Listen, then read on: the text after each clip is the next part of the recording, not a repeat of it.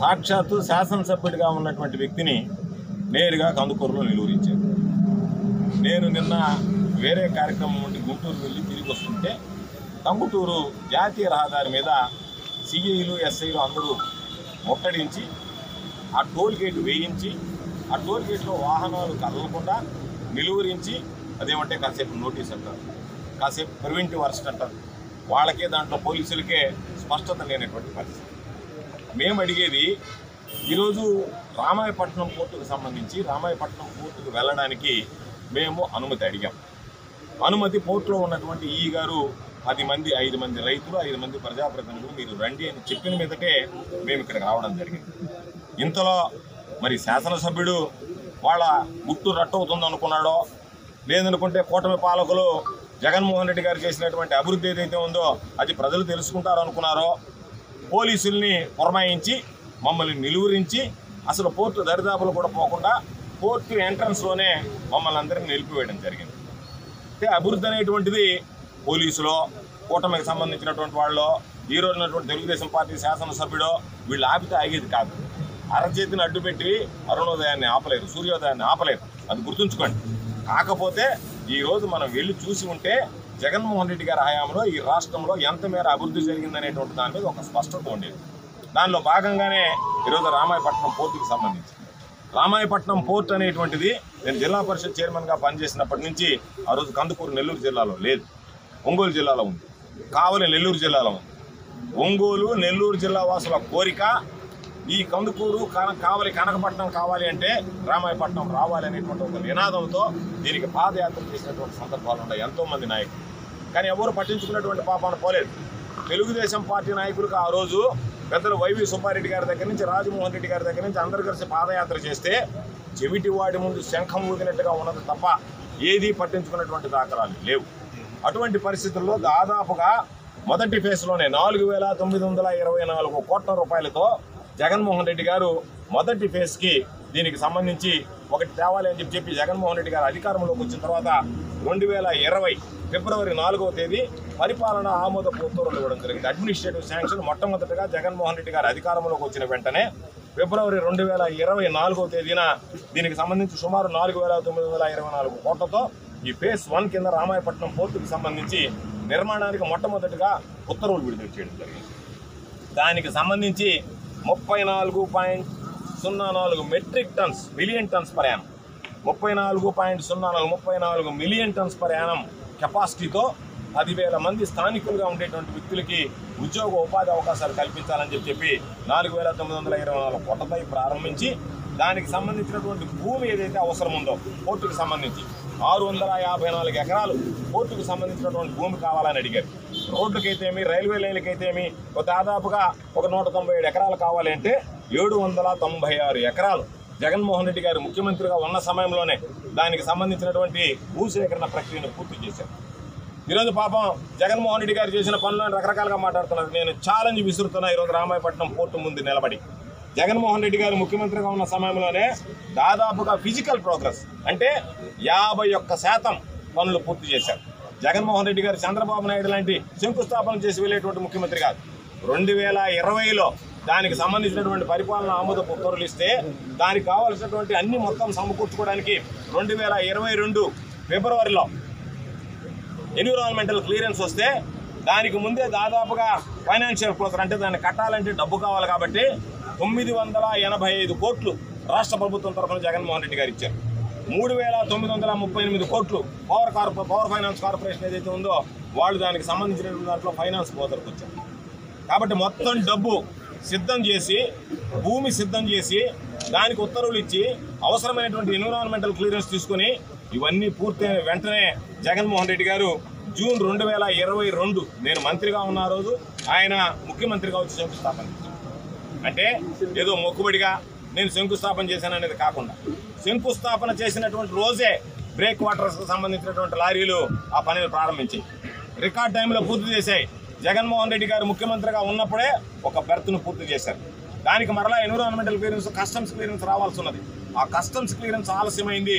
దానివల్ల ఆయన పాపం అప్పుడు చెప్పాం కస్టమ్స్ క్లియరెన్స్ ఆలస్యం అవుతుంది, పోర్టు సిద్ధంగా ఉంది.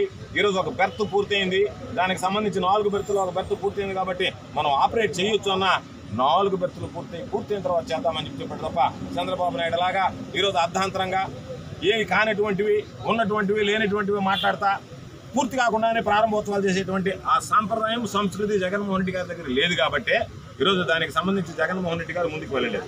నేను చెప్పేది పోర్టుకు సంబంధించి దాదాపుగా 1276 కోట్ల రూపాయలు కొంతమంది రాస్తారు, బిల్లులు చెల్లించలేదు కాబట్టి పోర్టు ఆగిపోయింది. పోర్టు 51% పోర్టు నిర్మాణం పూర్తయితే చెప్పమనండి, ఈరోజు ఉండేటువంటి కాంట్రాక్టర్ చెప్పమనండి, ఈ కంపెనీని వచ్చి బయటకు వచ్చి 1275,65,00,000 జగన్మోహన్ రెడ్డి గారు ముఖ్యమంత్రిగా ఉన్నప్పుడు చెల్లింపులు జరిగాయంటే 51% పనులు పూర్తయితే 48.5% పనులు పూర్తయినటువంటి వాటికి డబ్బులు చెల్లించేశారు. ఎక్కడా పెండింగ్ లేదు దానికి సంబంధించి. కాబట్టి ఈరోజు పాపం ఆ విషయంలో జగన్మోహన్ రెడ్డి గారు 10,000 మందికి ఉపాధి అవకాశాలు వస్తాయి. ఎంత అభివృద్ధి జరిగింది రాష్ట్రంలో, ఎన్ని రకాలైనటువంటి అభివృద్ధి పనులు చేశాడు. ఈరోజు పాపం చాలా మంది మమ్మల్ని విమర్శిస్తున్నారు, జగన్మోహన్ రెడ్డి గారి హయాంలో చేసినటువంటి అభివృద్ధిని చెప్పుకోలేకపోయారు అని చెప్తుంది. ఇది వాస్తవం. ఎందుకంటే ఈరోజు మేము ఆ అభివృద్ధిని గురించి ఒకసారి చూద్దాం.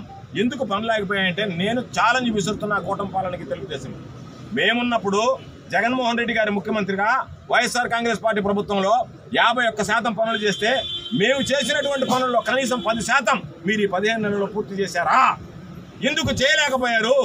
జగన్మోహన్ రెడ్డి గారు 16 మాసాల్లో 51% పనులు పూర్తి చేస్తే మీరు అధికారంలోకి వచ్చినటువంటి 15 నెలల్లో 5% పూర్తి చేయకుండా లాలూచిపడి కాంట్రాక్టర్లను ఎవరిని తరిమేద్దాం, ఎవరికి వర్కులు ఇద్దాం, ఎవరికి ప్రైవేటైజేషన్ చేద్దాం, ఎవడు నాకు కమిషన్లు ఇస్తే వాళ్ళకి వర్కులు ఇద్దాం అనేటువంటి ఆలోచనలో మీరు చంద్రబాబు కొడుకు లోకేష్ ఆలోచన చేస్తే ఇక్కడ ఉన్నటువంటి ఎమ్మెల్యే గారు ఇక్కడ ఉన్నటువంటి కాంట్రాక్టర్ ఎవరు నాకు ఇస్తే వాడిని పెడదాం, ఎవరు డబ్బులు ఇస్తే వాళ్ళకి ఉద్యోగాలు ఇస్తామని చెప్పి స్థానికంగా ఉండేటువంటి ఎమ్మెల్యే తయారయ్యాడు. సామెత ఉంది కదా, ఆవు చేలో మేస్తే దూడగట్టును మేస్తుంది అన్నట్టుగా కూటమిలో ఉండేటువంటి పెద్ద బడా నాయకులే ఈ కాంట్రాక్టర్ పనులు ఆపేయండి, ప్రజల అవసరాలు పడలే, ఉపాధి అవకాశాలు పడలే, రైతులు ఏమైపోయినా పర్వాలే, మాకు కమిషన్ వచ్చిందాక అక్కడ పనులు ఆపండి అని చెప్పి 15 నెలలు ఆపి ఈరోజు వాటిని మరలా తిరిగి ప్రారంభించి ఒక కంపెనీకి అప్పచెప్పి మీరు అనుకున్నటువంటి కంపెనీతో మాట్లాడుకొని డీల్ ఫైనల్ అయిన తర్వాత వాళ్ళకి అప్పచెప్పి ఈరోజు మీరు ఆ పనుల్లో 10% కూడా పూర్తి చేయలేక చంద్రబాబు నాయుడు మాట్లాడుతూ ఆయన చెప్తాడు, నాకు అంత అనుభవం ఉంది, ఇంత అనుభవం ఉంది, నాకున్నటువంటి అనుభవం ఎక్కడ లేదు, నేను అన్నిటికీ ఆద్యుడిని అని చెప్పేటువంటి చంద్రబాబు నువ్వు కమిషన్ల కాజుడువా, అభివృద్ధి కాజుడువా? దీనికి సంబంధించినటువంటి దాంట్లో ఈరోజు జగన్మోహన్ రెడ్డి గారి అభివృద్ధి అంటే ఏ విధంగా ఉండాలో చూపించాడు. మచిలీపట్నంలో పోర్టు తెచ్చాడు, దాదాపుగా 5,500 కోట్ల రూపాయలతో ఈరోజు మచిలీపట్నానికి సంబంధించి 35 మిలియన్ టన్నులు, మిలియన్ అంటే 10 లక్షల టన్నులు ప్రయాణం, 35 మిలియన్ టన్నులకు సంబంధించినటువంటి సామర్థ్యంతో అక్కడ 10,000 ఉద్యోగాలు వచ్చేటువంటి విధంగా చర్యలు చేపట్టాడు. అదేవిధంగా మూలపేటకు సంబంధించినటువంటి పోర్టు తెస్తే 23.5 మిలియన్ టన్నుల ప్రయాణం సంవత్సరానికి, దాదాపుగా 5,000 కోట్ల రూపాయలతో, అంటే రోజు లెక్క చూస్తే 15,000 కోట్ల రూపాయలకు సంబంధించి ఈ 3 పోర్టులకు సంబంధించినటువంటి నిర్మాణానికి శ్రీకారం చుట్టి ఏదో మొక్కుబడిగా ఇచ్చేసామని కాకుండా దానికి సంబంధించినటువంటి సీడ్ క్యాపిటల్ ఏదైతే ఉందో మ్యారిటైమ్ బోర్డు నుంచి ఆయన చెల్లించి దాని ద్వారా పాపం వాళ్ళకి సంబంధించినటువంటి బ్యాంకు లోన్లతో సహా ఇచ్చి బ్యాంకులో పెట్టి మీరు పనులు చేయండి అని చెప్పి పురమాయించి వెంటనే పనులు పరుగులు పెట్టించి 50% పైన నిర్మాణ పనులు పూర్తి చేస్తే ఈరోజు మీరు వాటిలో డీలు మాట్లాడుకుంటా వాటిని పూర్తి చేయకుండా పట్టించుకోకుండా ప్రజల ఆశ్రయం మీద నీళ్లు దొలతా మీ ఇష్ట ప్రకారం వ్యవహరిస్తా మేము ఈరోజు వెళ్తే ఈరోజు నేను అడుగుతున్నాం, మచిలీపట్నం పోర్టు ఎవరు తెచ్చారు, రామాయపట్నం పోర్టు ఎవరు తెచ్చారు, మూలపేట పోర్టు ఎవరు తెచ్చారు? ఈ 3 పోర్టులకు సంబంధించి దాదాపుగా 30,000 మంది ఉద్యోగాలకు ఎవరి వల్ల వస్తున్నాయి? వీటికి సంబంధించినటువంటి 15,000 కోట్ల రూపాయల నిధులు ఎవరు సమకూర్చారు? అంత మేర నిధులు సమకూరిస్తే ఈ 3కి సంబంధించి మీరు పనులు చేయడానికి కమిషన్లు కకృతిపడి కాలయాపన చేసి ఈరోజు వాటిని జాప్యం చేసేటువంటి పరిస్థితి ఏర్పడితే మేము లోపలికి వెళితే గతంలో ఎన్ని పనులు జరిగాయో గుర్తొస్తాయి. అక్కడ ఉన్నటువంటి వాళ్ళు చెప్తారు, ఇప్పుడు ఏం పనులు చేశారో తెలిసిపోతుంది.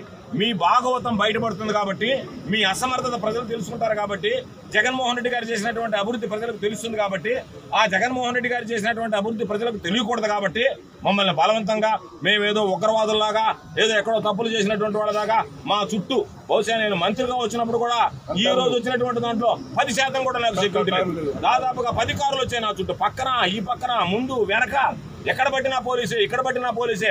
పాపం మేము వస్తున్నాం అని చెప్పి వచ్చినటువంటి అమాయకుల మీద లాఠీ చార్జ్ చేయడం, వాళ్ళని తీసుకెళ్లి పోలీస్ స్టేషన్లో నిర్బంధించడం, ఇటువంటి పనులు బహుశా నేను అనుకున్న బ్రిటిష్ పాలనలో ఏమైనా జరిగి ఉంటాయేమో కానీ ఎమర్జెన్సీ కాలంలో కూడా ఇంత దారుణాలు జరిగి ఉండవు. అధికారులు ఈరోజు చెప్పడమే తొందర. ఈరోజు చెప్తున్నారు మేము ఇక్కడికి రావడానికి అనుమతులు ఇచ్చారా అంటే మాకు రిటర్న్ పర్మిషన్ ఇచ్చారన్నది. ఒకవేళ వాళ్ళు మాకు రిటర్న్ పర్మిషన్ ఇచ్చినా 1 గంటలో వీళ్ళు క్యాన్సిల్ చేస్తారు. అంటే మేము రాకూడదు, చూడకూడదు, జగన్మోహన్ రెడ్డి గారి అభివృద్ధి అనేటువంటిది ప్రజలకు తెలియకూడదు. ఈరోజు ఈ ప్రభుత్వం చేస్తున్నటువంటి కమిషన్లతో ఏ విధంగా నాశనం చేస్తుంది అనేటువంటిది బయటకు రాకూడదు. కాబట్టి ఒక దుర్మార్గమైనటువంటి ఆలోచనతో ఈరోజు నేను అడుగుతున్నాను. ఇండోసోల్కి సంబంధించి జగన్మోహన్ రెడ్డి గారు 6,000 ఎకరాలు, ఆ 6,000 ఎకరాలకు సంబంధించినటువంటి భూమి అక్కడ ఉంటే దానిలో ఇప్పటికి 100 ఎకరాల పైన దాదాపుగా ఆ ఇండోసోల్ కంపెనీకి అప్పచెప్తే వాళ్ళ ఆధీనంలో ఇప్పుడు పాప 100 ఎకరాల వాళ్ళు పనులు ప్రారంభించి పనులు చేసుకుంటుంటే మిగతాది తీసుకెళ్లి నేను బీపీసీఎల్కి ఇస్తాను, మీరు కరేడికి వెళ్ళమంటే ఒక పక్క బీపీసీఎల్కి ఇవ్వడం మాకు అన్యాయం. మేము బీపీసీఎల్కి అయితే భూములు ఇచ్చిన వాళ్ళం కాదు, మేము ఇచ్చింది ఇండోసోల్ కంటే ఇచ్చామని చెప్పి ఇక్కడ స్థానికంగా ఉన్నటువంటి గ్రామస్తులు గొడవ చేస్తుంటే బీపీసీఎల్ వల్ల మేము నష్టపోతాం, మాకు కాలుష్యం బారిన పడతాం, కాబట్టి మాకు వద్దు అని వీళ్ళు బాధపడుతుంటే కరేడులో ఉన్నటువంటి వాళ్ళు అయ్యా మేము వ్యవసాయ కార్మికులం, వ్యవసాయ కూలీలము, వ్యవసాయం రైతులు ఉండేటువంటి వాళ్ళం, మాకు ఈ భూమి పోతే ఉపాధి పోతుంది అని చెప్పి కరేడులో ఉండేటువంటి వాళ్ళు బాధపడుతుంటే ఇద్దరు బాధపడేటువంటి విధంగా ఒక సమస్యను సృష్టించి ప్రభుత్వం చంద్రబాబు నాయుడు ఆ గ్రామస్తుని బాధపడతా ఈ గ్రామస్తుని బాధపడతా ఏం చేయాలనేటువంటిది అర్థం కాకుండా కక్ష సాధింపులో భాగంగా నేను ఇండస్ట్రీస్ని తరిమేయను అని చెప్తూనే వాళ్ళని తరిమేసేటువంటి ప్రయత్నంలో భాగంగా ఈరోజు ఇటు ప్రజలకు, పారిశ్రామికవేత్తలకు అందరినీ ఇబ్బంది పెట్టేటువంటి విధంగా ఉద్యోగ ఉపాధి అవకాశాలను అడ్డుకుంటూ రాకుండా ఈరోజు మీ స్వార్థ ప్రయోజనాల కోసం పనిచేస్తున్నారు తప్ప రాష్ట్ర ప్రజల ప్రయోజనాల కోసం పనిచేసేటువంటి పరిస్థితి లేదు. కాబట్టి ఈ 3 పోర్టుల నిర్మాణం పూర్తయ్యాయి. ఈ 3 పోర్టులు కూడా మాకు సంబంధించినటువంటి వైఎస్ఆర్ కాంగ్రెస్ పార్టీ వాళ్ళు ఈరోజు రామాయపట్నం పోర్టు, మనం ఉన్నటువంటి Ramayapatnam port, Machilipatnam port, Mulapeta port, ఇవన్నీ కూడా మా నాయకుడు గర్వంగా చెప్పగలం, మా నాయకుడు జగన్మోహన్ రెడ్డి గారు అని చెప్పి. ఎందుకంటే అభివృద్ధి సంక్షేమం కాకుండా, సంక్షేమం అనేటువంటి మాట నిలబెట్టుకోవడమే కాకుండా చాలా మంది చెప్తారు జగన్మోహన్ రెడ్డి గారు సంక్షేమం మీద దృష్టి పెట్టాడు, అభివృద్ధి మీద దృష్టి పెట్టలేదు.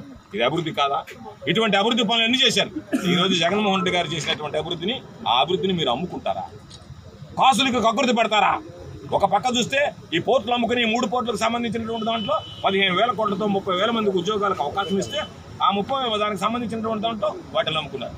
17 మెడికల్ కాలేజీలు తీసుకొస్తే 10 మెడికల్ కాలేజీ ప్రైవేటైజేషన్ దారాదత్తం చేస్తున్నారు.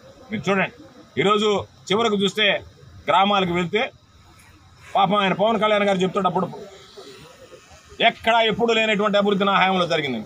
మీ హయాంలో భారతదేశానికి స్వాతంత్రం వచ్చి 75 సంవత్సరాలు అయితే 75 సంవత్సరాల్లో పాపం గ్రామ పంచాయతీ సర్పంచులు చెట్లు కింద కూర్చొని ఆ రోజు పాపం వాళ్ళు ఉద్యోగ ధర్మాలు నిర్వహించారు. ఈరోజు ఏ గ్రామానికి వెళ్ళినా సచివాలయ భవనం ఉంది.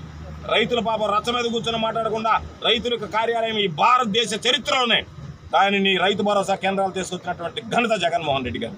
నాడు నేడుతో స్కూళ్ళ రూపురేఖలు మారిపోయాయి. కాబట్టి సంక్షేమమే కాదు అభివృద్ధి చేశాం, చేసినటువంటి అభివృద్ధిని చెప్పుకోలేకపోయాం. ఈరోజు ఆ అభివృద్ధిని చూడాలి, ఈరోజు జరుగుతున్నటువంటి అభివృద్ధి నిరోధకుల గురించి మాట్లాడాలి అంటే వాళ్ళ బండారం బయటపడుతుందని మమ్మల్ని బలవంతంగా దౌర్జన్యంగా ఈరోజు ఇక్కడ ఉన్నటువంటి వాళ్ళు కొట్టివేయడం, తరిమేయడం, వాళ్ళ మీద లాఠీ చార్జ్ చేయడం, వాళ్ళని పోలీస్ స్టేషన్లో నిర్బంధించడం, మమ్మల్ని హైవేల మీదనే ఆపడం, ఇవన్నీ కూడా దుర్మార్గమైనటువంటి ప్రక్రియ. నేను మరలా అధికారులకు చెప్తున్నా, పోలీసు యంత్రాంగానికి చెప్తున్నా, అధికారం అనేటువంటిది ఎవరికి శాశ్వతం కాదు. అధికారం అనేటువంటిది తాత్కాలికం. ప్రజలు 5 సంవత్సరాలకు ఒకసారి ఒక అవకాశం ఇస్తారు. 5 సంవత్సరాల తర్వాత ఈరోజు మీరు కూటమి పాలకుల మాటలు విని మీరు చేయనటువంటి పాపాలు చేస్తున్నారు. గుర్తుంచుకోండి, రేపు ఈ పాపాలన్నీ శాపాలలాగా మీ వెంటాడతాయి.